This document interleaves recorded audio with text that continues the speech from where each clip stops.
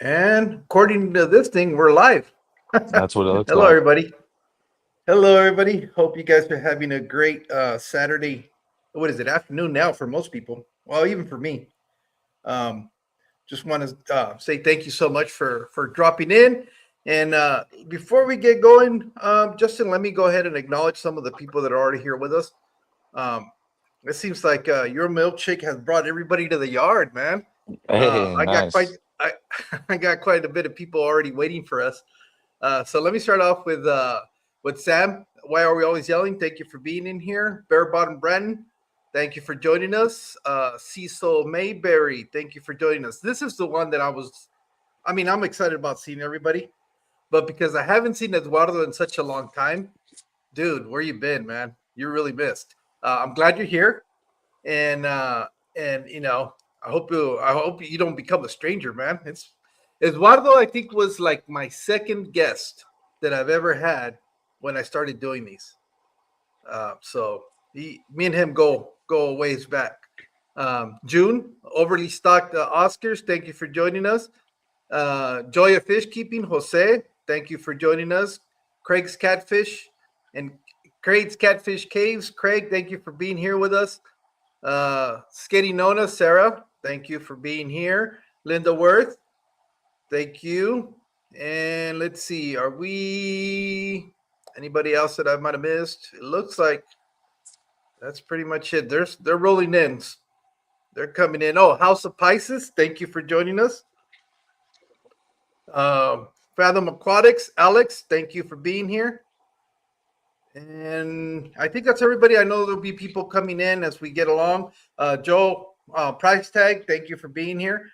And well, since we're already here, Justin, I just want to take the time to say thank you so much for accepting the invitation and coming on and being my guest. You're probably one of the few that I've actually had on where this will actually be the very first conversation that we have. Usually, Oh, I'll okay. talk to people. I'll talk to people, and we'll exchange conversations back and forth. But you're the actually, I think, the very first one where it's kind of been like cold turkey. Yeah, I think we And swapped maybe what 10 messages back and forth on Facebook, and that was it.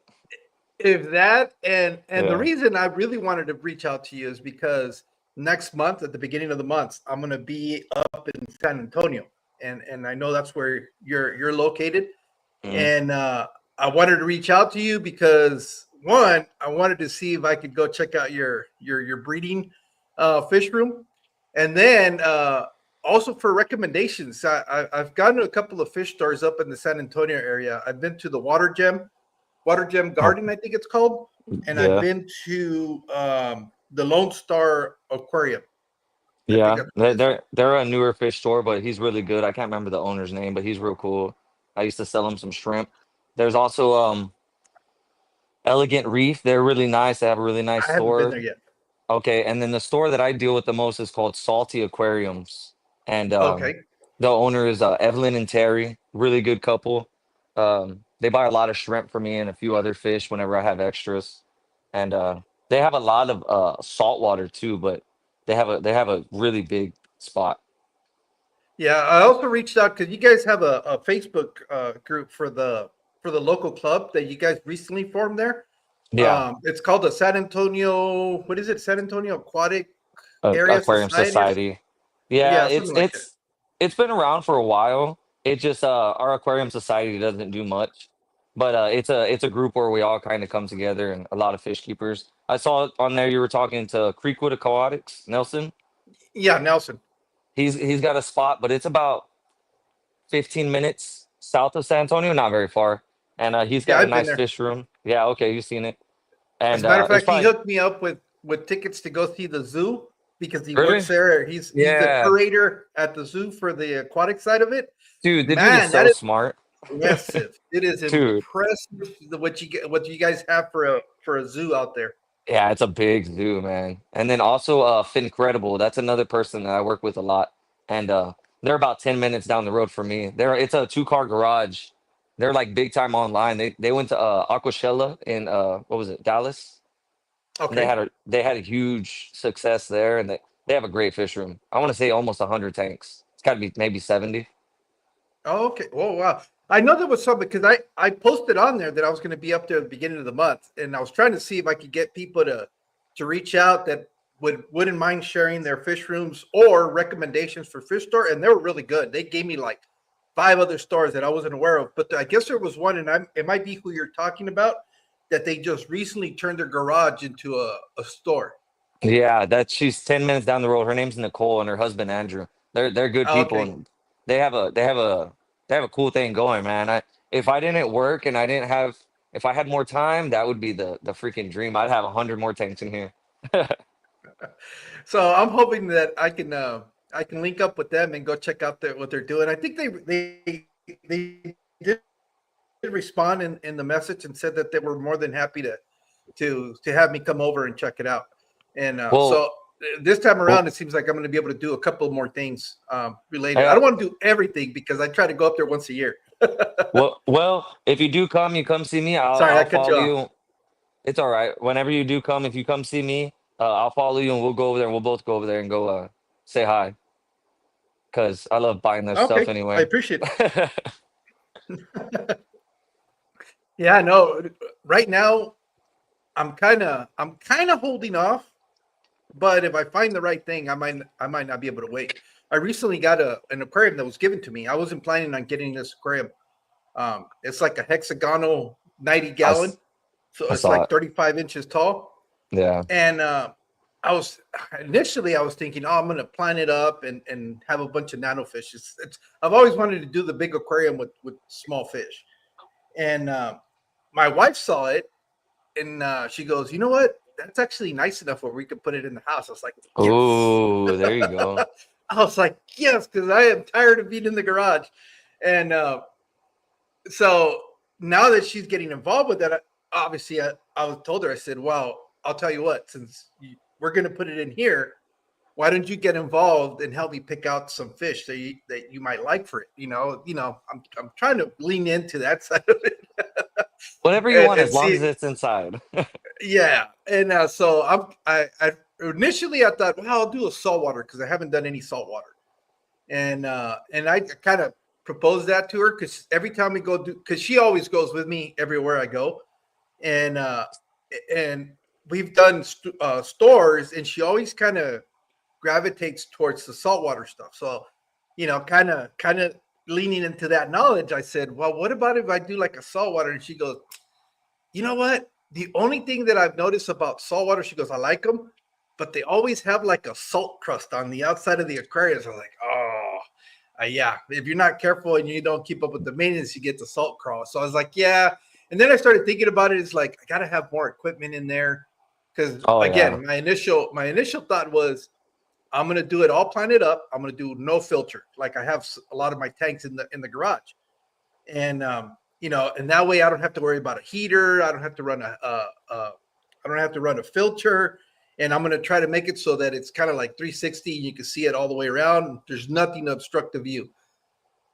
And then we kept talking about it. I still hadn't told her what I wanted to do because I'm kind of waiting for her to kind of take the lead on this.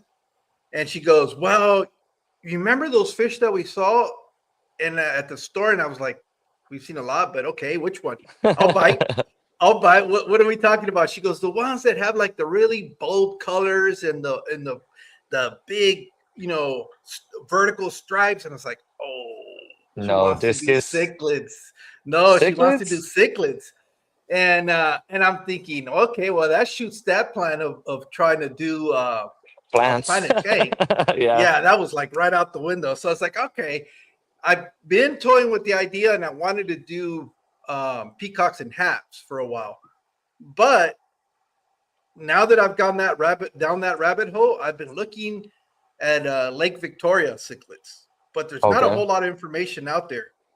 And finally, a friend of mine, Aquafunk, he reached out to me. He goes, dude, he goes, why don't you do embunas? And I had never really been interested in aquarium and cichlid, like African cichlids and stuff like that. So it's never really been part of my scope. I don't know a whole lot about them. I don't know. I know that they're fishing in Africa, and there's cichlids, and I know there's haps and there's peacocks and there's mbunas, but to be able to say, oh, this is like well, now I know a little bit because I've been going down that rabbit Because hole, you've so been I know. going down the rabbit hole.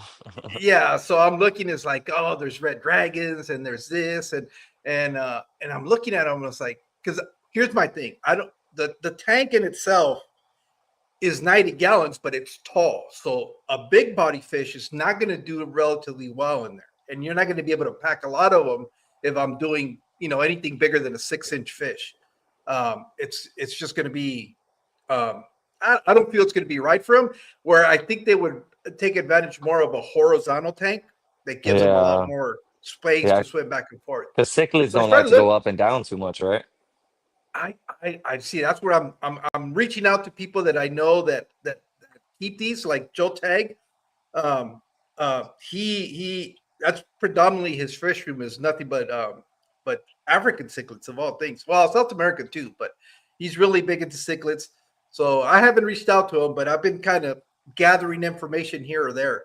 And one of my friends was telling, well, Aquafunk, he was telling me that in Bunas, he goes, in Bunas will take up the entire water column. So Oh, okay. that's kind of been placed in the back of my head. Again, this is all new territory for me. The other thing that I'm trying to figure out is, since I'm not going to be able to do plants for the most part, how am I going to escape this? And I Oh, know that Mbuna means rock dwellers from what I've, the little bit of research that I've done. So obviously I have to have rocks.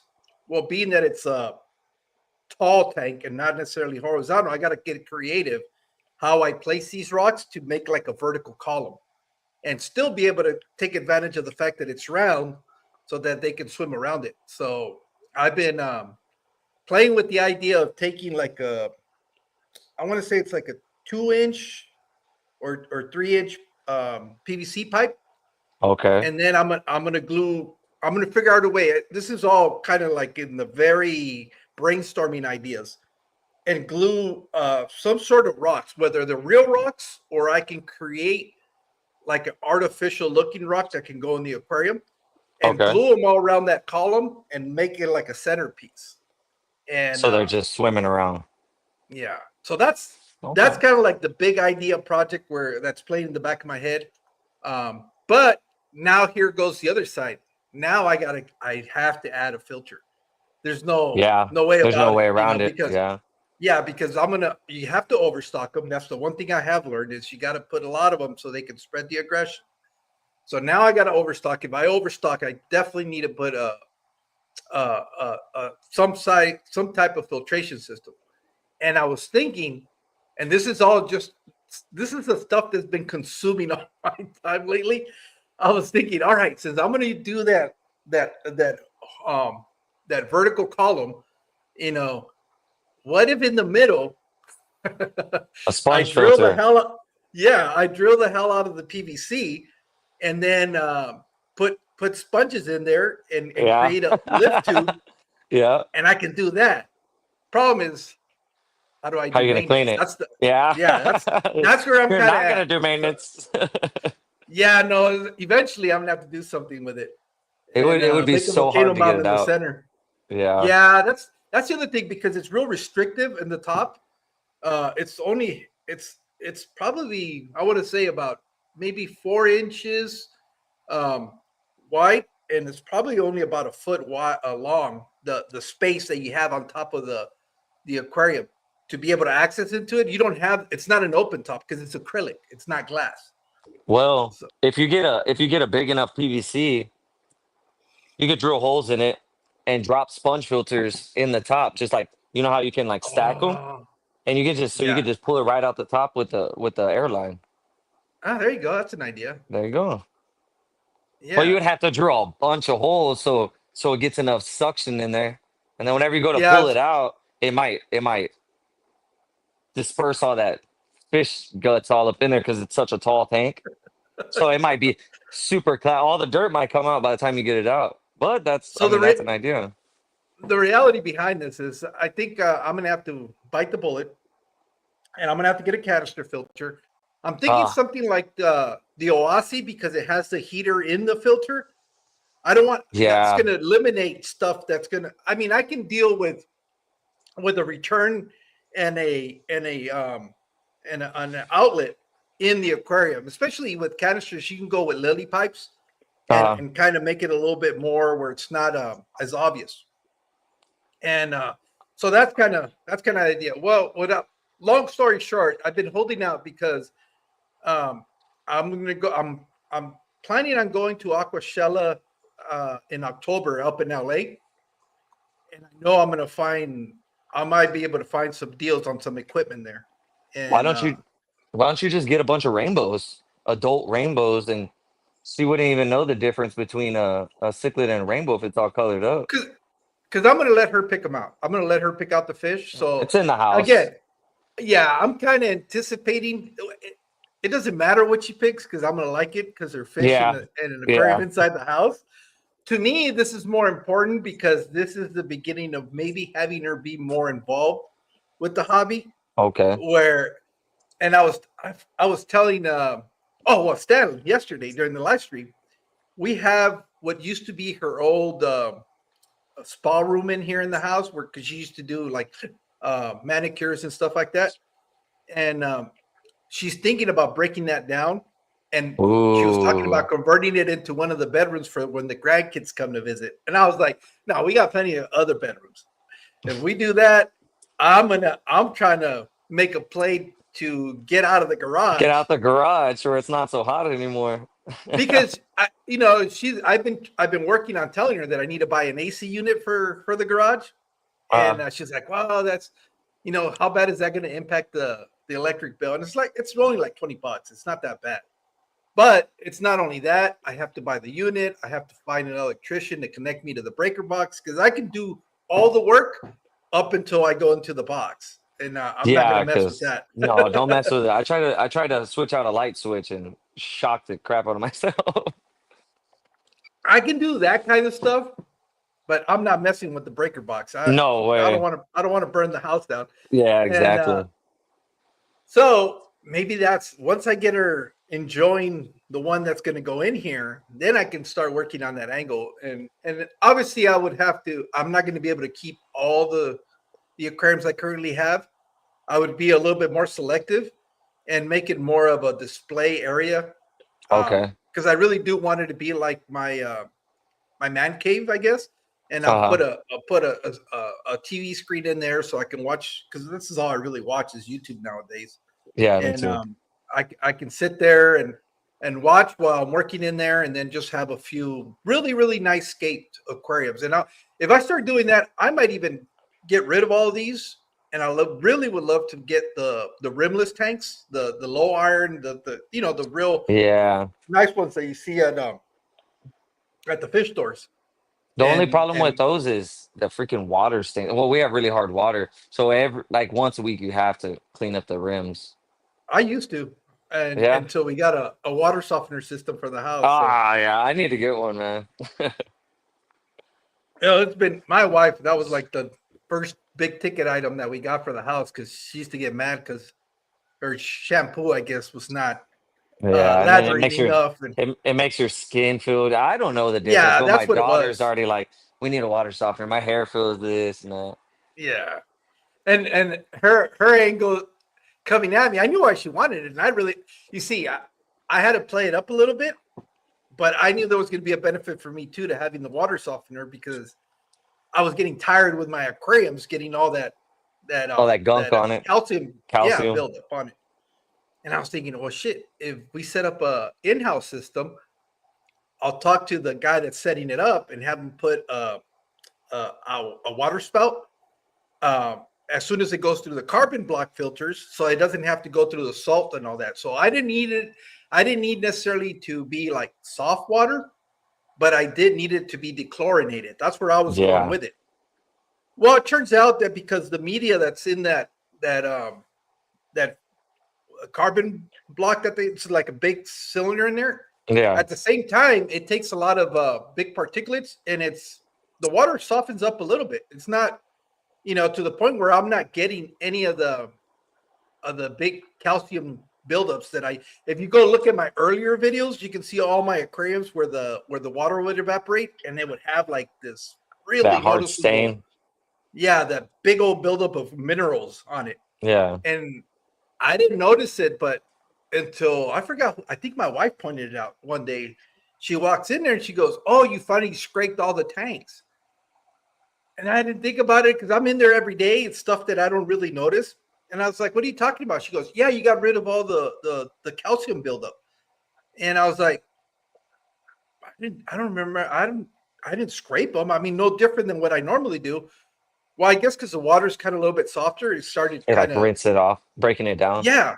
And now I don't have that problem. And it's like, oh, so that was like a unexpected benefit And of that is a having the super water benefit. softener. Because I have to keep mine full all the way to the top, or else it drives me crazy when I get that line. Because when I first started, I was a little inexperienced, so like I would just top off my tanks. I didn't know that I needed to change the water to take out minerals, all that good stuff.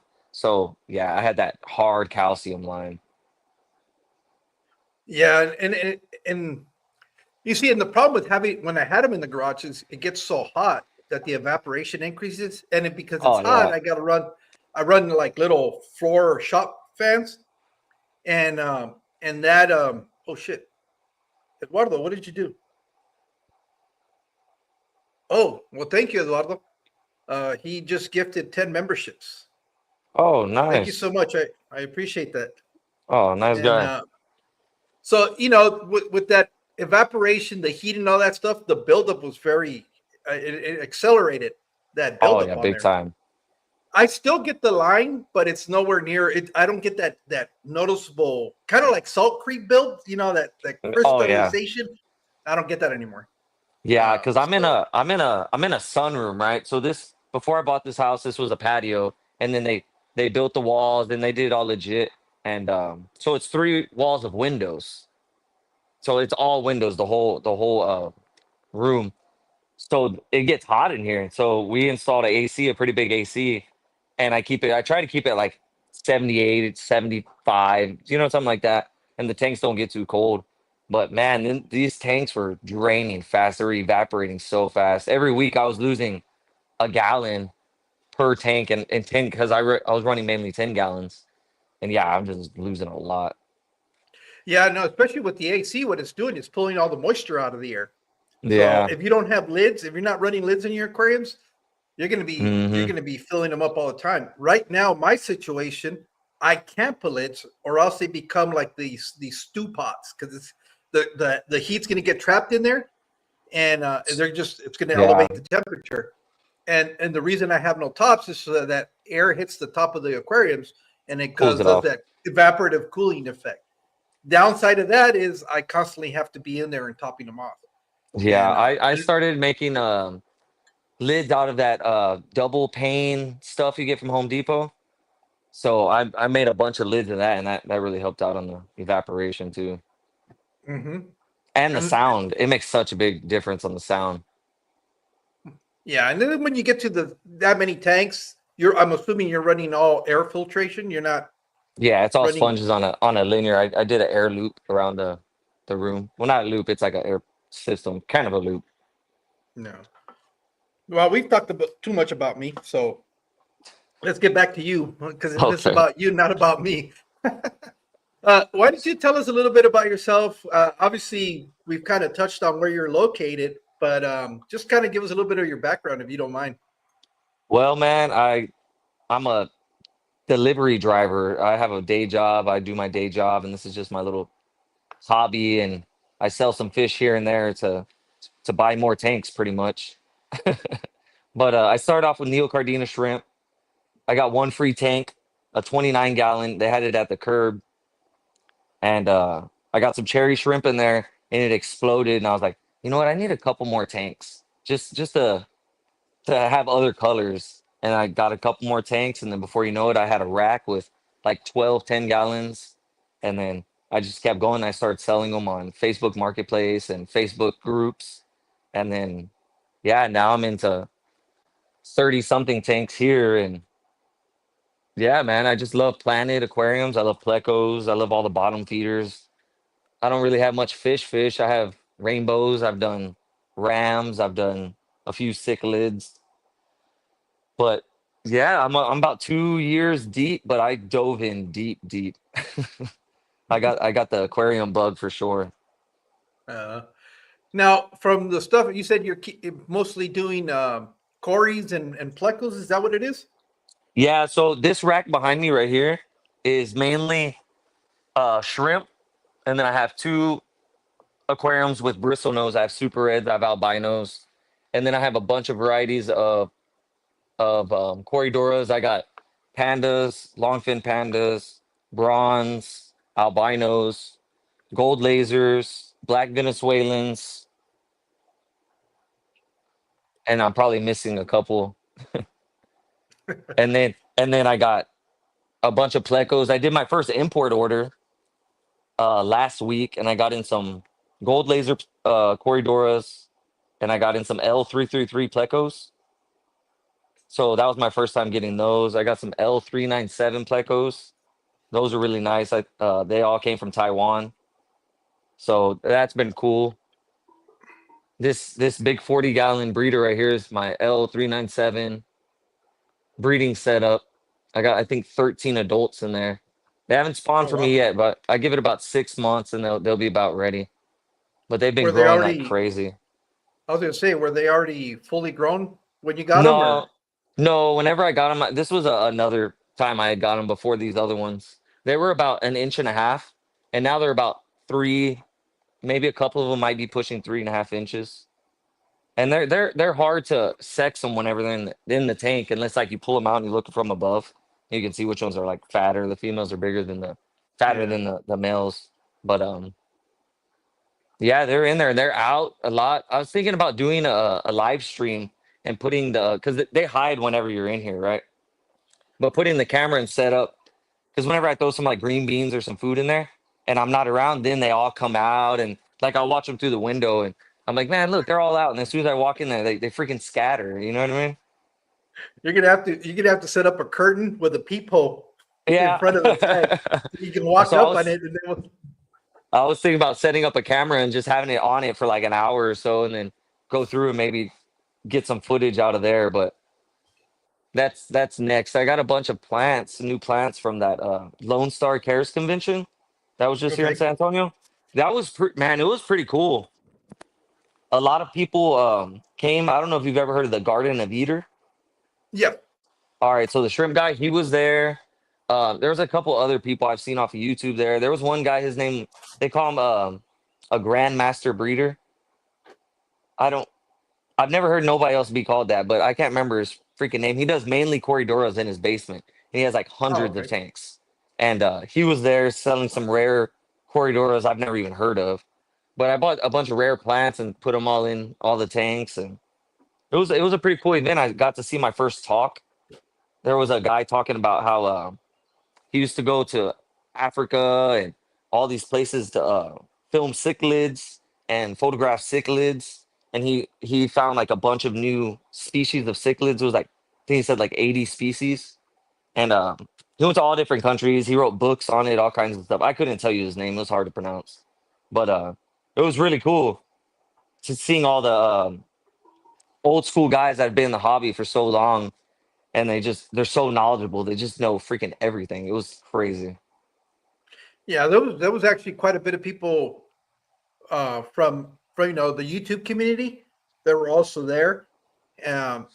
Some I know a couple of them were live streaming from the event, so it I guess it was it was a good turnout. I've heard mixed reviews. The It problem is for like uh, for like it wasn't a good turnout. A lot of people were on complaining that not many people showed up for the swap meet and stuff. Whenever I went, there was maybe 10 customers walking around. I think it was a lot of like the old school people that were there for the talks and a part of the cichlid association, that whatever it was, and the killifish. But like as in San Antonio people going there, I only saw maybe, unfortunately, like two posts about it because I mean everything's social media now on advertising. I only saw maybe two posts about it advertising that it was going to be here. I wish they would have advertised it more and it would have been a way better turnout because a couple of well the vendors didn't. weren't too happy about it. How about the turnout? Yeah, the problem was, I think they have some issues because it's like three different club associations, I guess, or national level associations that are involved with it. The other thing is also these guys, like you said, they're old school guys, so they don't take advantage of social media at all. No way, Um, not at all. they, I remember back when Aquashella first started, the reason it blew up the way it did is because they were very smart and they were taking advantage of a lot of the content creators and kind of using them to promote the event. Mm, yep. And I remember when I used to watch it at the beginning, it was something that I was really looking forward to it. And I'm going to tell you, I'm going to be honest with you, I didn't really care about what was inside the event as much as being able to meet some of the people that would constantly watch on YouTube. That Yeah. was the big attraction, and you could tell because I remember people doing tours of the event, and you would see where they used to have a section dedicated for, they used to call it Fish Tube. It was all the content creators would be there, and you could always see people gathered around there, and that also helped drive in people to the event. Granted, I think at the time it was only like $25, I think, to go in too, also. And every year it seemed like it was getting bigger and bigger and bigger, and then all of a sudden there was a change in that direction, and then they went away from doing that, and they got rid of a lot of the content creators that were supporting them, and all they were doing was like corporate sponsored content creators. Yeah. And what used to be cool is that the content creators would be in that area, or they would be able to walk around and intermingle with the crowds. And from what I understand, the way they're doing it now, they're kind of forced to be with whatever corporate is partner that they're with, and they can't really leave the booth area. So you don't have that interaction like you used to before. And that's what I've kind of heard. I've never been to one. I want to go to the one up in LA because it's an opportunity to be able to attend one. And everybody tells me you got to go to at least one of them. Yeah. And and so that you can make your own decision whether it's something that's worthwhile doing or not. And I want to do that and experience that because I've been to only one big fish event that was last year. I think that one's happening this weekend, and it's the LA Pet Fair. They call it the Aquarium Super Show. And what I really liked about that one, last year was the first year they did anything with fish. It had always been like a reptile show, and then they Okay. had some birds. Well, last year they incorporated, they did like birds, they did reptiles, they did house plants, and they did the aquarium side. And it was so funny because that was something that I kept telling people is like I think the trend is getting to the point now where you're having a lot of crossovers. Like I'm looking in the back of your fish room, you can see you have fish and you have house plants. And Yes. and and you start seeing that trend happen where like people that have birds will also have house plants, and then people that have reptiles. It's not uncommon for people to have reptiles, aquariums, and plants. So it's Yep. kind of like all of it is. It just kind of makes sense that all those hobbies are kind of cross, pollinating each other, and to have an event that now you're not having to pick. Well, this weekend I have to decide whether I'm going to a reptile show or I'm going to an aquarium show. Now you can go to one event and attend all of them for the price of So the. so in Dallas has some big events. The Dallas Fort Worth Aquarium Society or whatever their group is. They have some great events. They're always posting videos. And this past one, I'm pretty sure it was this past one or the one before that. It was reptiles, fish, and houseplants all together. And dude, they put up videos showing. If you look on their Facebook page, um, it's like DFW Aquarium Swap or Aquarium Society. Dude, it was packed, dude. It was a huge room. There had to have been 50 vendors there, and it was everything. They had people with tanks set up. They had snakes. They had people just plant people. It was a great turnout, and I'm hoping the little event that me and my partner is hosting. Hopefully, one day it'll blow up like that because we have nothing like that here. But in Aquashella, whenever I went, not this past one that just passed, but the previous one, like I got to meet Predatory Fins, the two guys from Oh, there. They were just walking around, and I saw Paul Cafaro. He was there.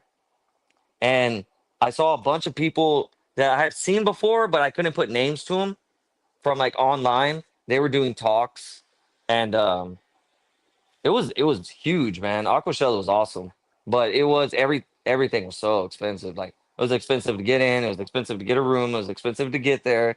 Like I bought black Rams whenever they first came out from there. Well, not first came out, but whenever they were really expensive from there, from one of the trans shippers from here in Texas, and I paid like $50 per fish. You know what I mean? And everything was super expensive, but they had half saltwater, half aquarium or freshwater. They had some vendors set up with just doing houseplants, a huge display of houseplants. And then they had all the brands. They had the Fritz, the Aquion, the API, all that good stuff. And then the shrimp content. Dude, there's so much there, man. You have to go. It's a really cool event. Yeah, and I know a lot of people that were there from the very beginning, and people now that still attend to them. I mean, you. The reality at the end of the day, it's an aquatic event. It's within driving distance for me. Gosh, I was going to go to the one that you just went to. Yeah. I have family there in San Antonio, so that was going to be the excuse, and we were all planned up, and it was going to fall perfect because that was going to be we're going to be up there for 2 weeks, and that weekend in between the 2 weeks fell the day of the event. But then plans changed, and we had to push it back till the beginning of July. And when that happened, I was kind of like, oh, well, I'm not going to drive up there and then go for the event, come back, and then turn around the following week and go back up there again. So it Yeah. just kind of pushed me. It kind of pushed me out of there, and but I was really looking forward to doing that, and it just so happens. But so it's not. I don't put it past driving for an event. As a matter of fact, I really wanted to talk to you about that event because next year they've already they've already announced that they're going to be in Lexington, Kentucky for that same event. Okay. And I was telling my wife, and she had just finished telling me that she wanted to go because we had some friends that had gone out to Memphis and Nashville, and she was looking at all the pictures and stuff. She goes, "I'd like to go check that out." So Oh when they yeah. announced that it was going to be there, I was like, "I got a road trip," and There you she go. got all excited. She got all excited about it too, and it's like, it's kind of one of those things where it seems like it's something we might be able to do, and she already told me. She goes, next year, she goes, we're going to do one of your. And that's the other thing. A lot of times I can't attend these events because they're during the summer, and we usually save our vacations to go visit the grandkids there in San Antonio. Oh, But okay. she already told me next year we're not going to do that. She goes, I want to travel somewhere. There you So it's go. kind of like everything's kind of lining up. Now, the only thing was that I had heard a couple of people that I know really well that they weren't too pleased with the event the way it was done there in San Antonio. So my only concern is it always like that where it's not a big turnout? And I don't know anybody. Well, that's not true. I'll have to talk to Ed. Ed Aquatics and Exotics. I think he's a big participant in that, and I'll give him a call. And but here's the upside of that is I know a lot of the people that I know from YouTube. They're kind of in the East Coast. So events like that is stuff that they like to go to and attend. So I might be able to meet up with some of them because that's always been my thing. I want to meet up a lot of the people that I've come Interviewed and to stuff. know, yeah, to know over the years, to be able to go physically meet them and hang out with them.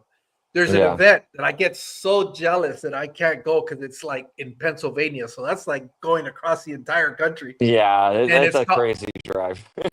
it's the Keystone Clash. Yeah, But dude, I then want to again, go to that one so bad, dude. Because I know I up haven't there in heard a like bad thing from it. up there in like the north and the east coast and stuff, I feel like wherever they have harsh winters is where the aquarium hobby is booming. Because down here in the south, I feel like it doesn't boom as much and it's not as popular as up north. I mean, I don't know if you catch that drift too or not. I think what it is because they're forced to go indoors during the Yeah. winter. That Hmm. when the weather gets nice and they have these events, they're ready to go out and do stuff. And Yeah. I think down here, it kind of when it's like every weekend could be a good weekend. So you don't Yeah. just it's different. And then again, the reality is the further you go west, the more open area there is, and people are further apart. And it's like Yeah. it's just I don't know. It's weird because I've always at the beginning I was always wondering like cities like L.A., San Diego, Las Vegas, Arizona, Phoenix, and stuff like that. I was always asking myself, how come they don't have these big events? But come to find out, they've had them, but they don't get the turnout. They don't get the turnout like they do east of the Mississippi. Because that's Yeah, what I always joke around. it's because East it's of the so much Mississippi, where more. the hobby's at. It's where it's cold, man. It's where it's cold. I mean, if everywhere up north into the east is it's colder, and they're just more into aquatics, dude. Honestly, because down here there's that event did not have a great turnout. Whenever we have local swap meets, the ones that we've had in the past have been at that Water Garden gyms Hmm. because the owner of that, or the manager, whatever he is, his name's Joey, I believe. He was one of the lead guys of the Aquarium Society. But the only thing is, they would do it outside. Everybody would be outside, and it's 100 degrees, 90 degrees, so nobody really. The turnout wasn't that great because it was just too hot. Fish are dying. People are miserable. It's miserable. I don't want to be outside. So like the events have, they need to be inside. They need to be AC. They need to be comfortable. They need to not cost $25 to get into. You know what I mean? Yeah, It's just one well, of those things. yeah. If you go in Aquashella, it's like $75 to go in. So, Yeah, I mean, I paid even a the one pretty there, penny. even the one there in San Antonio, wasn't that like $75 So it per said day or for the event? $75, and then whenever I went, they're like, "No, it's free. It's $75 for the." See, they didn't do a good job advertising because whenever I went on the website, I was under the impression it was $75 to go to even shop at the swap meet, anything. Yeah. It was only $75 for the like the freaking field trips and their specialty dinners and stuff. It was free to get in. Like I just walked in, and there was some vendors outside for they had like a 2 hour time window that they had a bunch of killies and stuff, and they were outside, and I got some plants from there, and then I went inside. I thought that was it outside. I came inside. Freaking Fritz was set up. What's the freaking yellow one I have right there? Oh, Tetra was Sarah. set up Oh, inside. Um, a bunch of vendors. That's where the Garden of Eater was set up. There was a bunch of people set up inside, and I didn't even know that they were there. You know what I mean? Like they didn't. It was whoever managed it will probably do it differently next time. But yeah, well, and most that likely it won't again, be here. I think that's where the issue falls is because it's like three different organizations. There Yeah, isn't a I don't think that I was. Those are some of the. I who was too many talking about Chiefs, it? not enough Indians. That's Yeah, what probably somebody happened. somebody that was on the inside on one of the live streams was talking precisely about that. That the problem with it is that there's you have two big clubs or two big associations that are nationwide, and then another smaller one that is struggling to stay alive. And I think that's the American Live Bearers ones. I think I Yeah, could be wrong. I could be because it I was the could be killifish, the cichlid one, and then the light bearer one was there. So those were the three that were there. And Ed was saying that the problem is, yeah, a lot of the people that are at the head of that organization are old school hobbyists, and they don't do Hmm. anything on social media. Not at all. So it's one of those things where it'd be nice if they got some of the younger generations coming. And I'm not definitely not in that category. I'm more like you. You're the N- younger generation. ah, you know, people like you that are very invested in the hobby to be able to get in there that grew up with social media and being able to, even if they just shared that information, getting to the website was like mission impossible. I could so never find it. so the only thing that they shared was that it said like Lone Star Cares, but it was like zoomed in on it. It was like a link. And that was the only thing they shared. They didn't make any flyers. They like whenever like so I'm hosting an event. Me and my partner Autumn, we're hosting an event, and we've made a flyer every other week.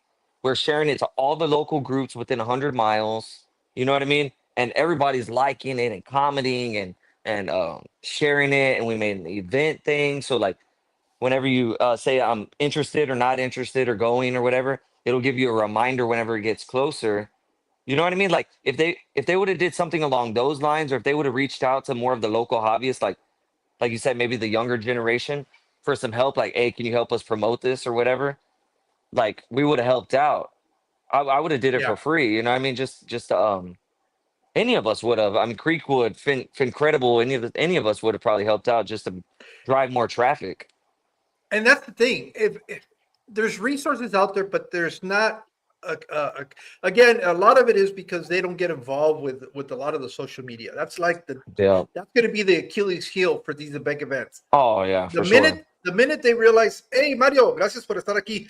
The minute they realize that they had this unlimited resource out there, which is content creators, and it's like you and myself, I wouldn't have a problem promoting an event because that at the end of the day, I get benefit from it because there's an event in town that I can attend and be able to meet other hobbyists. You know, Exactly. so there's a website called fishfamlink.com. In there, you can find everybody that has that's creating content like you're more than welcome to become put your stuff on there, all your social media stuff and all that stuff to appear on there. And anytime if like that I do lives, if every time I go live, it'll send off a notification for everybody that's subscribed to the site, not necessarily to me. Oh, And okay. so people can come and watch what's going on. Now, if these associate or these events would just tap into that, and they would look like, let's say they're planning to do one next year in San Antonio, they could go in there, and I guarantee you they're going to find two or three content creators that are from the San Antonio area. You reach out Yep. to them and you tell them, look, we're having an event. Why don't you help us, promote it, whatever. We'll give you free passes to come in, or even just the fact that you reach out and say, hey, would you help us promote this?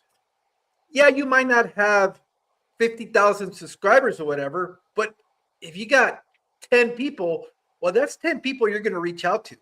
And Yeah. then those 10 people are going to talk to their friends, and their friends are Exactly. going to talk to their friends. And you start creating this network of people talking about the event. Whereas if you put it out on a website, that's fine. But unless you're directly involved with them, you're not going to know about the website. I didn't see anything. I posted it on the San Antonio the group because I knew that event was coming in there, and I didn't know how many of you guys knew that event was going to happen because I hadn't seen Yeah. anybody talk about it.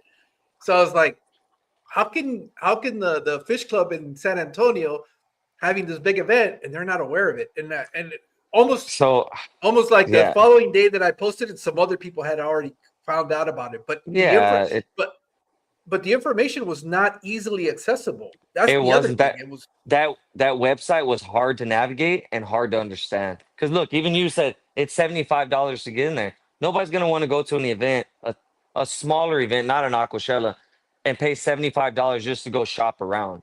But that wasn't the case. You know what I mean? So yeah, I don't know. Whenever I went, I was introducing myself to a few people that I didn't know that were out of towners, and I saw a lot of people there that I did know, like Nelson from Creekwood. He wasn't there, but his people were there. I don't know who it was that was there selling, but it was his brand. And mhm. I was like, "Hey, I'm JT from JT's Aquatics." They're, "Oh yeah, I'm the host. I'm in your event next month."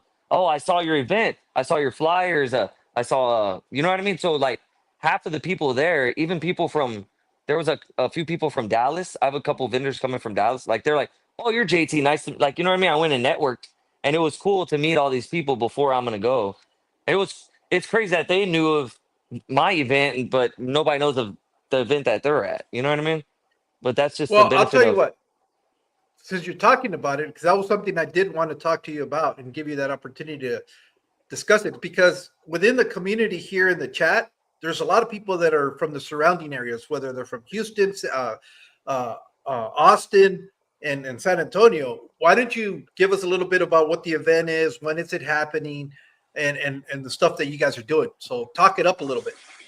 all right. So it's gonna be on July 27th in the Shirts Community Center. It's in Shirts, Texas, which is 10 minutes outside of San Antonio, about 35 minutes from Austin, maybe 40 minutes, depending on crazy traffic. And we're gonna have 20 vendors. It um, it starts at 10 a.m. It goes till 4. It's inside. It's gonna be air conditioner. There's bathrooms. Um, we're gonna have 20 vendors. We have everything from axolotls to house plants, cichlids, shrimp people, bottom feeders. We have a lady that's coming to sell isopods, those like expensive roly polies. um, we have people that are going to be selling aquatic plants. We have a guy who's going to be doing custom stands. He builds custom stands. His name's Andrew Sanchez. I have an exotic vet coming that treats fish because nobody knows if you're maybe you have like an expensive big puffer, one of those big was it Mabuna puffers or whatever. Maybe you need to take it to the vet. I have an exotic vet coming that has a booth. It's good. I tried to have the biggest variety of things possible, not just 20 tables of people selling freaking cichlids and freaking guppies. You know what I mean? And Yeah. yeah, dude, I think it's gonna be good. I have a lot of interest. I have people sharing and liking and commenting, and every week to every other week, we're making a new flyer with freaking AI. It's crazy. My partner Autumn, her name is Autumn with Autumn's Little Critters. She does a lot of axolotls, and they're so cool, man. And she makes a lot of the flyers, but it's me and her together. We're planning the whole thing. She has a website. She sells a lot of fish as well. She's a local breeder hobbyist, and she's young as well. I'm only 32. She's in her early 20s, like still in college. But yeah, we have people going to be selling driftwood, rocks, all kinds of stuff, dude. I think it's going to be a good turnout. It's free to get in.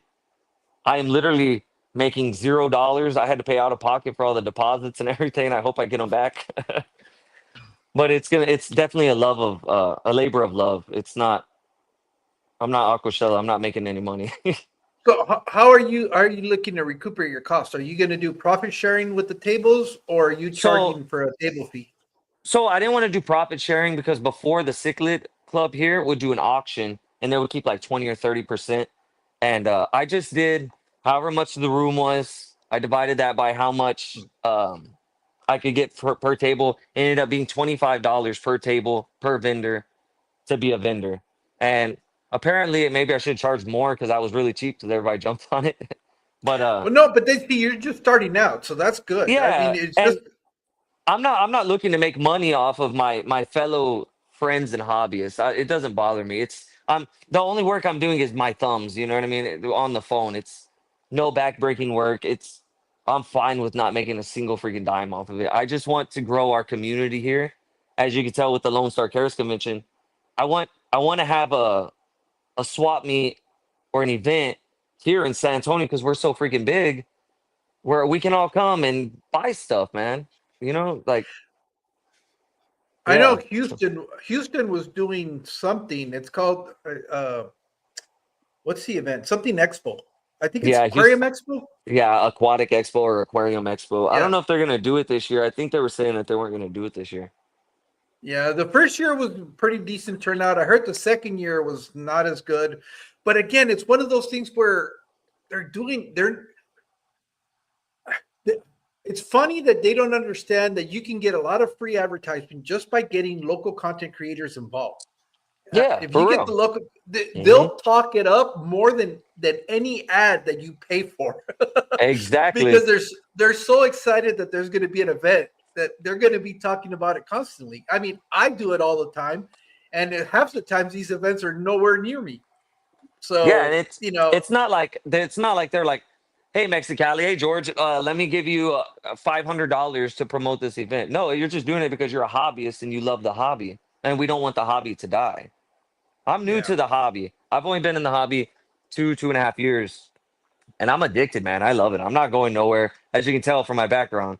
Um, I don't care. I have a day job. This is just for fun, man. I just like it, and I like the people that I've met, and I've made lifelong friends already and lifelong connections already. You know what I mean?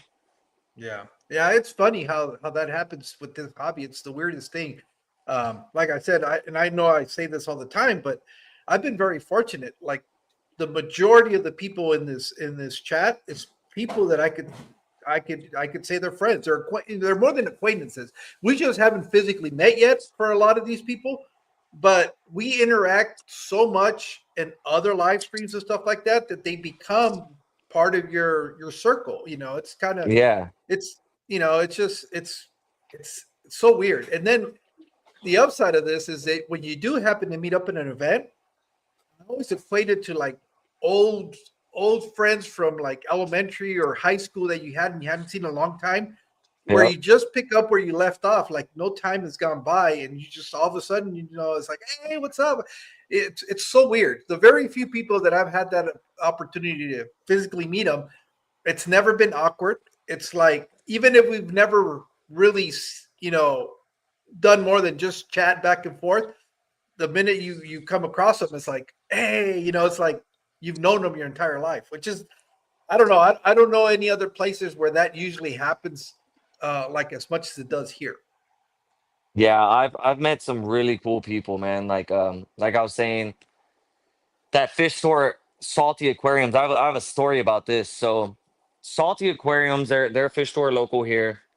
I A friend of ours, mine and my ex-wife's, gave me a saltwater tank with a little, I think it was a wrasse and a clownfish. And I brought it in and I didn't know nothing about fish. This was 10 years ago. I was just adding water to it, right? And I was like, well, I don't know. The fish, one of the fish died. So I took the water to that store to have it tested. And I was like, here, I need this tested. I don't know why this fish died or whatever. And the lady Evelyn, the owner, she yelled at me, dude. She was like, bring those fish here, you're killing these animals. Because it was like through the roof freaking saltwater content. Like I had no idea. You had to take water out and add it or whatever, right? And I told her that, and then so I wasn't in the hobby for like 10 years. I went back and I remember the story and I told her about it. I was like, I don't know if you remember me. And ever since then, like we've just been really good friends just because of how passionate she was about it. You know, I don't know Mhm. if that makes sense. Yeah, but I understand passion, but that doesn't mean you got to understand not everybody has the same level of experience. And here are the things: more than likely, if somebody's bringing something to your shop for advice, it's almost 80% uh, more than likely that they have a little bit less experience, or they'll be doing it at home. Yeah. I know now that you've been doing this for a while, you don't go to the pet store and necessarily ask for advice unless No. it's like something you haven't dealt with, Yeah. or an extreme case of something that you've tried everything that you know and you still can't figure it out. And even then, you're probably going to reach out to somebody within your community first before you Yeah, go to for a sure. shop and ask for that. So, as a shop owner or a keeper, you should know that if somebody's coming to you, more than likely is they have the will to do this, but they don't have the knowledge yet. So Yeah. you got to be a little bit more understanding and not necessarily snap at them and scare them away from the hobby. In her defense, like the what I was doing was wrong and the fish were dying. I was definitely killing that fish was about to die.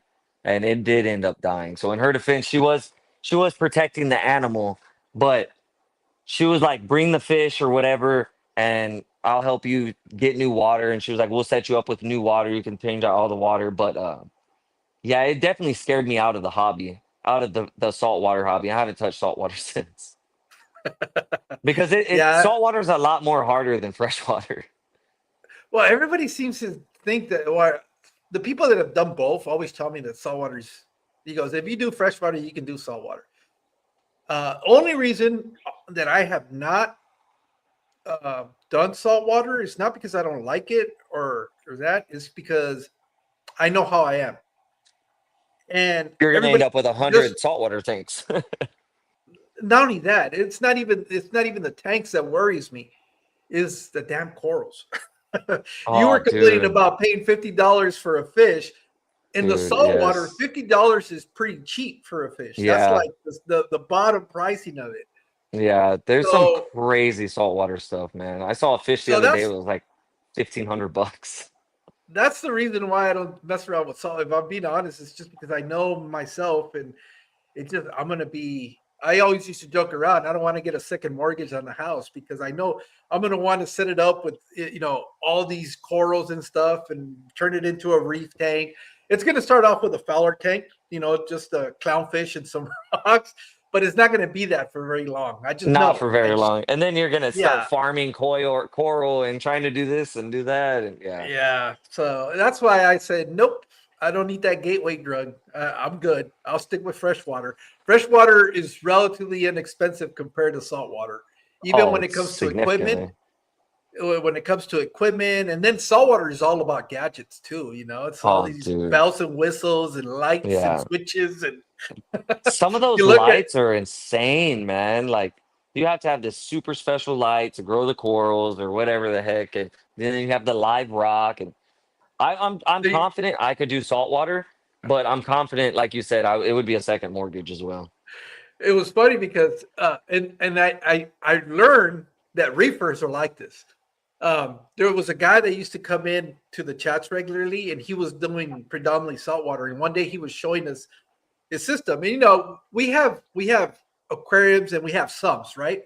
And the sump usually is not anything to look at. It's a filter. That's the way we treat them in freshwater for the most part, right? Yeah. Uh, and he was showing off. He had a beautiful tank, all these lights on top, and then he opens the cabinet doors, and it Oh was like my god. walking into a nightclub. It had all these LED lights, and it was. I've never seen a Yeah. sub like that. Well, the sumps are like those, what is it, Tidal or Titan or whatever. They're more freaking expensive than the tank because you got to have all these gadgets going to it. And it was like, no, I'm going to stay in my lane. I'm gonna stay Yeah. here where I can get used equipment a lot of the times for free. People are hitting me Yeah. up now because they know I keep tanks, and it's like, I know you're going to put it to use. So it's kind of like, no, I'll stay here. Saltwater is, I seldom see that happen. I'm pretty sure it does, but even in the groups, the Facebook groups, you don't see a lot of people getting rid of saltwater stuff. And I get No. it because it costs a lot of money. It's going to be one of those where they're selling you the stuff. They're not giving Yeah, it you're to not you. getting that for free. Nelson from Prequid, he's real knowledgeable about the all aquatics. He does a lot of like Daphnia and all that stuff.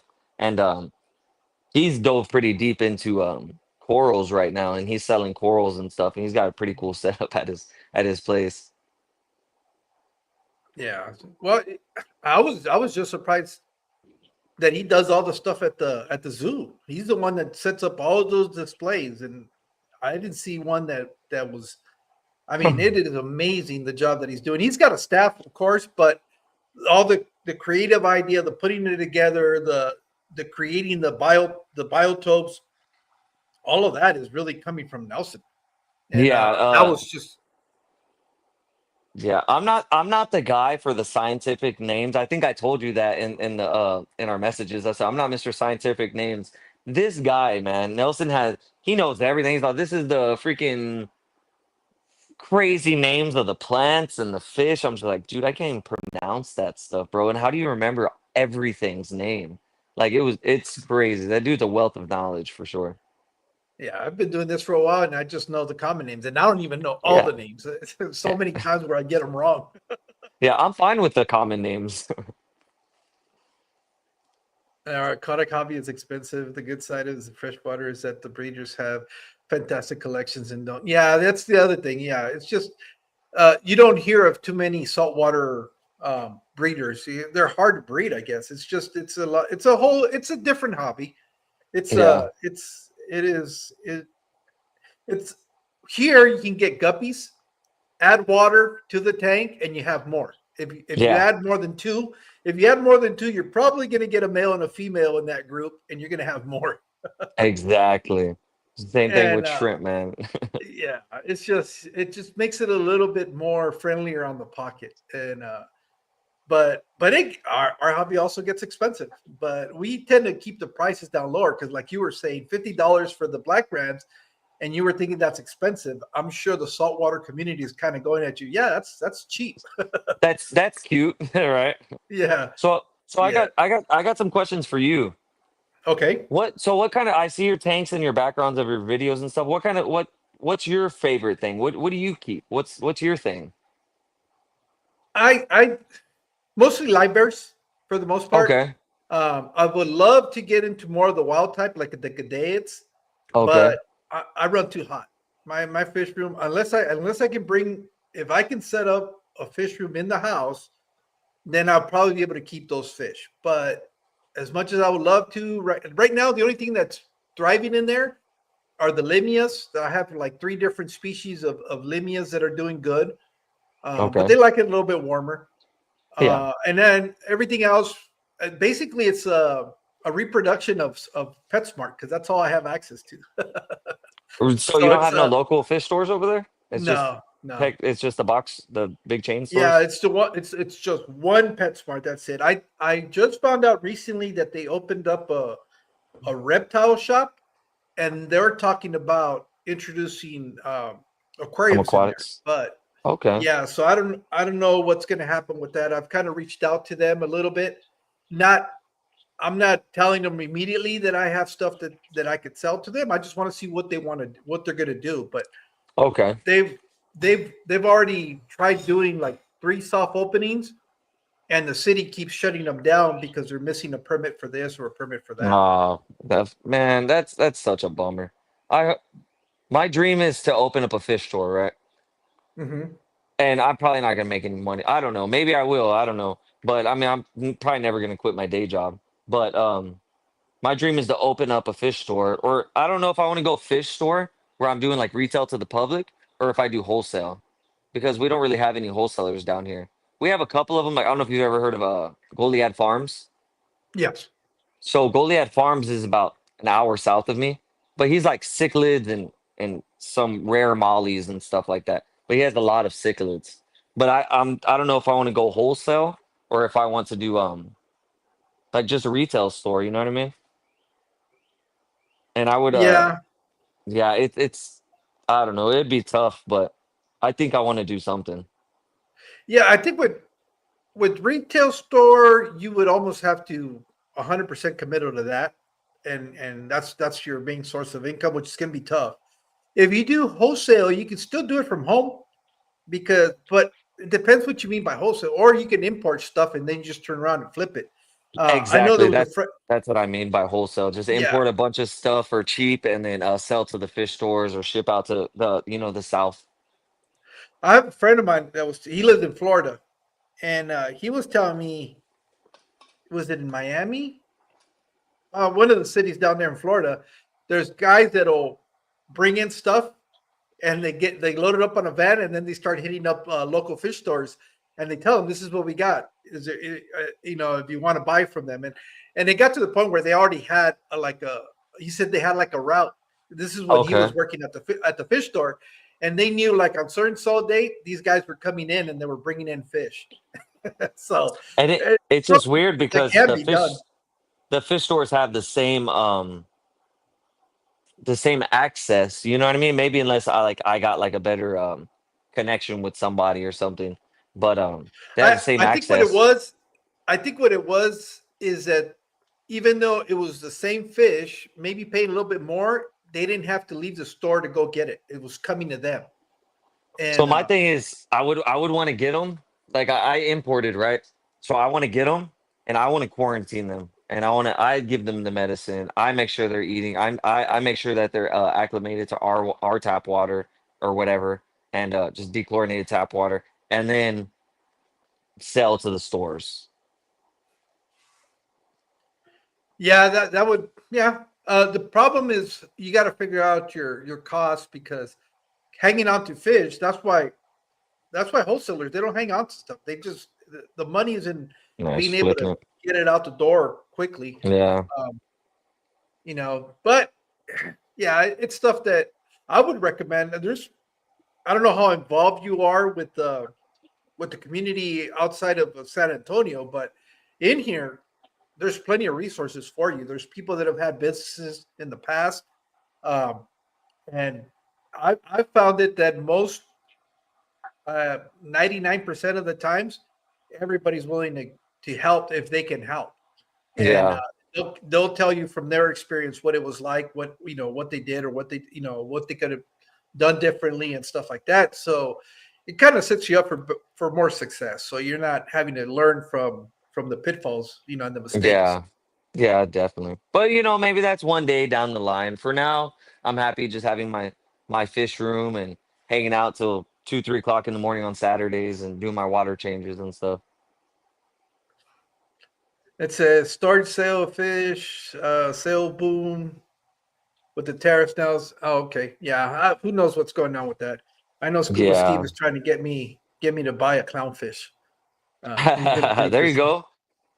Yeah, that's like I said, that's the gateway into the Is it saltwater world. you're gonna go to your mailbox one day, you're just gonna have a little box, you're like, I didn't order nothing. There's gonna be a clownfish in there. You're gonna have to set up a tank Oh, that day. I've already had that happen, but luckily it's freshwater stuff. Oh, okay. Well, I've that's had pretty people cool. I've had people send me stuff and it's like, oh, oh, by the way, you got a package coming in. Make sure you check out for it because it's gonna arrive on so and so date. I've had that happen a couple of times. Maybe I need to get you some Corys, man. Corys do well in heat. I don't know how hot your water gets. Right now, this time of the year, it starts getting where I'm running anywhere between 88 to 92 degrees in the tanks. All right, never mind. Yeah, Dang, yeah, this is discus would not do the good well in time of the there. year. Yeah, you know what? I have goldfish. I've had all this stuff. It does fine, and this is what I keep telling people. I think the reason why I don't have these difficulties is because it's not an extreme change of temperature. It's a gradual. It It's starts gradual, happening. yeah. Yeah, and see out here once it starts getting hot, it stays hot. We don't have the big drop offs in temperatures. Once it'll be 116 during the day, but it's 100 at night. So it's not letting up. The heat Jeez, is never letting up. I It's thought it was hot here. always And hot. you said you live in Phoenix? No, I live in Yuma. It's further west of Phoenix, three and a half hours So southwest of. so you're in the desert though. Oh yeah, I'm in the desert. Desert. Dude, like I thought it was hot here in Texas. Like it got like 102 here today in San Antonio. I was like dying at work and I was like, this sucks. I couldn't imagine 116. That's The crazy. difference is what temperature is it at night though? 80? Yeah, you see, so you have quite a bit of drop off. We Yeah. don't let up. I mean, it's So not. you stay inside a lot, Oh yeah. Why do you think I'm live streaming now from huh? here and not in my fish room? Yeah, dude, I would not leave the Because AC. the last one I did was a couple of live streams ago, and I was sitting in there, and towards the end, I was like, I gotta go. It's getting way too hot in here. It started off, you know, tolerable. It was, I think, when I started out, it was only like 89 degrees in there. By the time I got done, it was 100 degrees, and I was like, Yeah. yeah, See, I'm sitting it's in time to here. go. I have the back door open. I have the windows open. It looks like it's gonna rain out here today, but I don't have the AC on because I didn't know if it was gonna be too loud. But I had like the doors open to let like the fish rooms don't smell the best usually, but just let it air out and Yeah, it's not too bad in here. I'm not sweating. I have a couple drops, but it's not like 100. yeah, it's I've done it where, and I was trying to do stuff at night too. Sometimes I also work a lot of shift work and stuff like that. So sometimes I'll be in there at but it'll be like 12 o'clock at night. It's not uncommon for me to do water changes at 3 in the morning just to be able to get the water coming out of the tap just a little bit cooler than the actual aquarium. Half the times when I do a water change, I'm actually heating up the aquarium instead of Yeah, cooling it off I could because see it's just that because it's just so it's dang always hot. hot. Yeah, it's interesting how much just being able to run air over the top of those surfaces, how much you can really drop the temperature on these aquariums. So, Um, do you have plugs in there? Why don't you get one of those portable ACs where they have like the hose that will go to like a window and maybe you could put it at the bottom of your garage door or I was thinking something. about the problem is I chose incorrectly because we're so dry. I thought I was going to be able to pull it off with just an evaporative cooler. The ones that they sell that come on wheels, um, and it sort of works okay, but it doesn't cool it off enough. That will get down to like, I don't know, 88, 87 in the fish room, but the humidity is Oh, insane because now I yeah, have open top aquariums and I have an evaporative cooler that's inside the garage. So yeah, it traps all the humidity in there. So the fix for that is I got to open up the side door and I got to crack the garage. Well, the temperature outside is so hot that it just kind of counterbalances. Yeah, I should have, for the price that I paid for that evaporative cooler, I should have gotten the portable AC. And my whole thing has been, if I can just drop the temperature down to like 80, maybe the 80. lower 80, 82, 83, the aquariums are going to be at and the high 70s, which is Yeah. perfect. It's like ideal temperature. But But you're gonna have to it's run just that thing. You're gonna have to run that thing all day long, all day, all yeah, night. It's not gonna be able to turn yeah. off It because it's gonna doesn't be so stop. hot. There's no, Well, I'm my probably my house, not that much insulation in a garage, you know? no, and it's all cinder block too. So that's the problem. So Yeah. it gets hot. Yeah, I can imagine. Yeah. Well, is So there anything else you wanna know? Anything else you want to talk about? um, no, I mean it's just I wanted you to talk about your event that you have coming up because I Oh, by the way, it's know called there's Aquapalooza. I forgot to say the name of it. okay. What time are you guys running? Aquapalooza, July 27th from 10 a.m. to 4 p.m. Like I said, inside AC, free admission. So it'll be at the Shirts Community Center. So is the club dead or is it inactive? What's the You know, status of the club? to be blunt, man, the club seems pretty dead. Yeah. A couple of the a couple of the people from the club reached out to me asking to be involved in our event. And I was like, y'all are more than welcome to set up a table. You would have to pay the vendor fee because you know all the vendor fees going towards the event. It's not like I'm making. It's not like I would just take money out of my pocket. You know what I mean? But Yeah. the club's pretty much dead. The way I see it was it's kind of like a new generation. Uh, there's not really a club. Nobody's going to meets. They're not going and having lunches and just talking the way they used to, or from what I understand, the way they used to. So it's kind of just our thing, like how Aquashella is its own thing and Dallas Fort Worth's thing is their own thing. Yeah, the club seems pretty dead. There's not meets or I don't hear much from it. If you look at their Facebook page, there's not much advertising of meets or swaps or anything. It's just people buying and selling or just posting updates. Like I always put little videos of just little things. But yeah, they tried to get involved and I was like, y'all are more than welcome to set up a table, but it's not like I'm gonna be like, this is the club's event or anything, because I already did all the footwork for everything. I don't know if Yeah. that was wrong or not.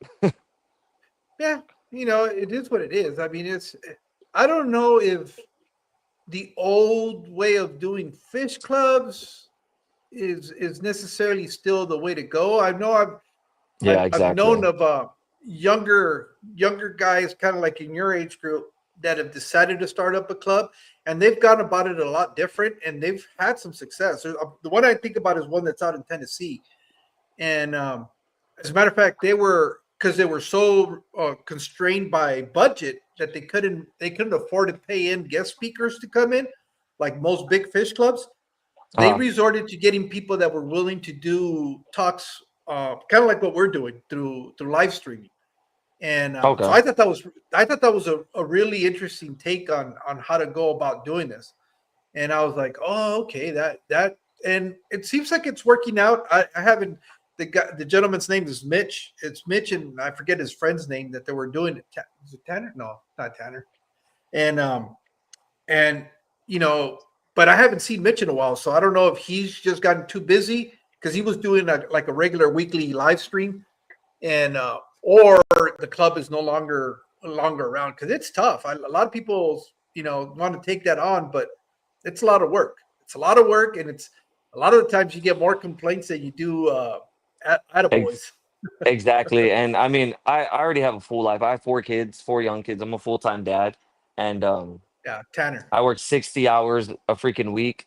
I can't I can't freaking run a fish club on top of that. You know what I mean? I'm already doing all this and it's like I would love for it to be more involved, and if they did have meets, I would go and will try to go. And if they wanted me to talk, I would talk, or me to help out any way I could help out, I would. But it just seemed like nobody's putting forth the effort, and I don't know if I want to step up and put forth the effort to put my take on taking over a fish club. You know what I mean? So the plans for your event, depending on how well it goes, is this something you want to do once a month, or is it like every so many months, or once a year? What's your kind of plan with that event? So in my head, every 4 months, Okay, that sounds about right. because if you do it every month, and then nobody's gonna come. It's gonna be a oversaturated. But I Yeah, think every 4 months wouldn't be too bad. And maybe if we did it in 4 months again, and not that many people show up, maybe every 6 months, maybe yeah, once a year, or you know what I mean. But I'm hoping every 4 months would be good. yeah. A lot of it's going to be, just being able to get it out there. How big is the scene down there as far as the fish community in San Antonio? Which for Man, such a dude, large city, I'm surprised there's not a that's whole lot coming out of there. that's what I said. So we're a city of 1.5, 1.6 million people, and people were doubting me whenever I started posting about this. I had a few I had a few people from the fish club saying it's never going to work. It didn't work for us. It's not going to work. You're not going to get a turnout. And I think I've gotten a lot of feedback. I've gotten a lot of people reach out to me. When is it? Um, Make sure you keep posting updates. I the scene here is smaller than Dallas or Houston, I think, but we still have a scene here. And I think the problem before was the swap meets were at a certain place, and it was, I mean, you think about San Antonio's huge, right? And the swap meet's way over here on the opposite side of town. It's an hour drive for most of the people over here on the side of town that's more populated. So I'm hosting it more closer over there, and I don't know. I'm hoping for a good turnout, but I think there's more of a scene than people think. It just needs to be more accessible to the local Yeah, hobbyists, because nobody wants to drive an hour in traffic to go see 10 tables of people out in the 100-degree weather with dead fish. yeah, and I think the key component is being able to do it indoors. And Yeah, for sure. Because if you're over there where you're at, nobody's gonna do an event outdoors, right?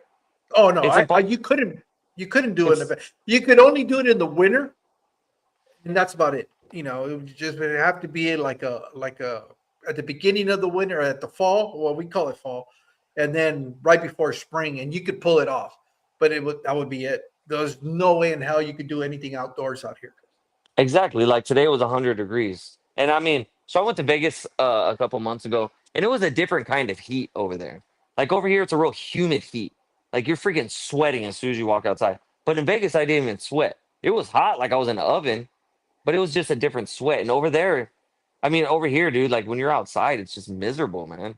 And I'm sure over there it's miserable because it's like you're in an oven. But either Everything, way you look at it, everything. it's You freaking can't hot, touch you any know? surface because you'll burn Yeah. yourself. Yeah. You can't even take your kids to the playground, man. The slides freaking burn them. Oh no, that ain't gonna happen. Yeah. So I don't know, man. I'm really fingers crossed. I'm hoping for a good turnout. We made a bunch of flyers. Uh, we made a whole page for it on Facebook. It's called San Antonio Aquapalooza. And if you go to that and you like it or whatever, you can it's like an event, so you can say going or not going, interested, not interested, and it'll give you reminders.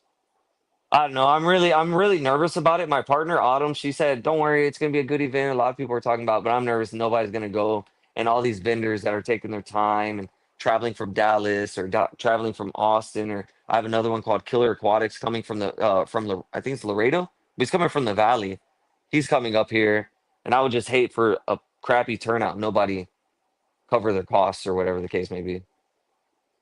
Yeah, well, it takes persistence and being smart about how you go advertising. I think it was really smart when you were at the event this last weekend, and letting people that you recognize that were locals, or even sometimes just being able to hand out flyers at the event just to let people know that there's going to be something there in town. That I think that would be pretty smart. Doing stuff like this. where you're just, any opportunity you get to talk it up and put it out there, so that people are becoming aware of the fact that there's going to be an event. You'll be surprised. I don't know if you have a TikTok account or an Instagram account. Those are free. Think of them as Free free advertisement. advertisement. Yeah. You know, I've found that to work for me. That's kind of how I've been using them and helping my channel grow. Well, you saw that I posted you were going to be here, so I posted it in your guys's the club page. Because you never Yeah, I know saw that. who's going to see it and go, oh, okay, I didn't know that was going on. So I'm also hopefully, I'm also thinking about the people who don't use social media. We're printing up flyers and cutting them out. And we're taking them all to the fish stores and having them pass out to people. You know what I mean? So hopefully that also gets a little bit of foot traffic and people that aren't utilizing social media day in and day out because everybody's on their phones these days. But there's a lot of people who don't have Facebook, have Instagram or TikTok. So yeah, hopefully that the old school way will help out too. We're doing yeah, raffles and too. So all kinds of I don't know, man. It's pretty cool. even doing like a 30-second short where you just come on and say, hey, this weekend here in this soul play, just kind of like what you did right now, where you were telling what's going to be and what can people expect, and just post it. Just post it in anywhere you do it on Facebook, do it in all these different fish club pages, whatever you can find, as much as you can get out in front of it. And if you know other content creators that are there locally with you, have them share it out too. I Yeah. know, like, I can think of some of the guys that are here from Texas that, I'm sure they could post that out, because it's something that, if it starts happening on a regular basis, gives them another event. Says aquatic events are a gamble, in his opinion. This is Ed. Look at it as providing a debit to the community, nothing more.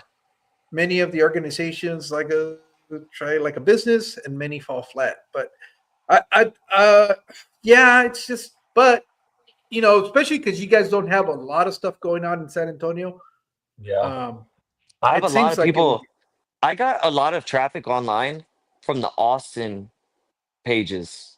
I have a lot of people messaging me about when's the event, what's going to be there. Just like they're trying to get more insight on it to see if it's worth the 30, 40, 50-minute drive for them. And I have a lot of people coming from Austin to come out here, which is going to be, depending where you're at in Austin, but anywhere from 45 minutes to an hour and 15, hour and 30-minute drive to come over here. But I have a lot of people coming from Austin, and their scene seems to be, even though they might be a little bit smaller of a city, their scene seems to be bigger than ours. But yeah, anybody in here that would like to know about the event or share the event can go to my page, JT's Aquatics on Facebook, or San Antonio Yeah, Aquapalooza, and check it out and share the flyers that we have. The flyers have a lot of the information on it to share. yeah, and Eduardo just posted the link. I'm trying to see where it takes me. It goes to Facebook, but I'm trying to see permalink, if it'll open it up. It just takes me to my regular page. But yeah, he shared a link in there so that people that are interested in to your flyer. He posted it to he shared the link to your flyer. Oh, that's perfect. Thank you. So Yeah, and if you go to my YouTube as yeah. well on my bio, it has my aquatics page. If you click on there, you can find everything as well. Yeah, so it'll take you to the to the flyer link. So for those that watch the replay and you guys are in proximity to San Antonio, make sure you guys go check it out. Um, Yeah, and if you say you saw me on the live with Mexicali, man, I'll hook you up. I'll give you some free stuff, dude. oh, Some there you shrimp or go. something. I got all. I'm gonna bring a bunch of. That's all I'm gonna bring is shrimp, cories, and plecos. Maybe if I have some extra plants, I can bring. But I'm not looking to make a bunch of money. If somebody's like, "Hey, man, I saw you," that'd be cool, man. I'll throw you some shrimp. Well, with that being said, is there anything else you wanted to share with us before we get out of here? Nah, man. I would really appreciate if y'all went to my Facebook page, JT's Aquatics, gave it a like and a follow, and maybe on my YouTube. I just started up YouTube. I've done maybe like 7, 8 videos. Maybe throw some likes on those and check it out. I would really appreciate that. I'm trying to get that going. All right. Well, with that being said, thank you guys again for your. I just can't say it enough. Thank you so much for the constant support and being here and all the interaction. I'm finding out um, that the more people interact in the chat, so I think who was it? Ed, I think that was telling me about this. It kind of makes it seem like it tells YouTube that people are really interested in it, and it helps promote um, your live streams and stuff like that. Well, So I definitely. one more thing that I really appreciate from everybody that's always here. The chat's always going, and I do appreciate that. And so enjoy the rest of you guys this weekend. I believe it's Wednesday, the 25th. We're going to do this all over again. I'm going to have Ed, Chattanooga Ed. I'm sure you guys all know him, but we'll see what we get into when he comes in here. And Justin, again, thank you so much for accepting the invitation to come in here, and thank you for joining me. Yeah, man. Happy to have be here with you, and I can't wait to meet you and show you around a little bit if I can. Yeah, I'll definitely get in touch with you. I think I give you my phone number, right? Yeah, you did on the messages. Okay. All right. So we can stay in touch like that, and I'll let you know once I start heading up there, and we'll figure out a date that works for you and me. All right, sounds good, man. Thanks so much. Thanks all the viewers. And we'll see you guys in the next one. You guys take care. All right, later.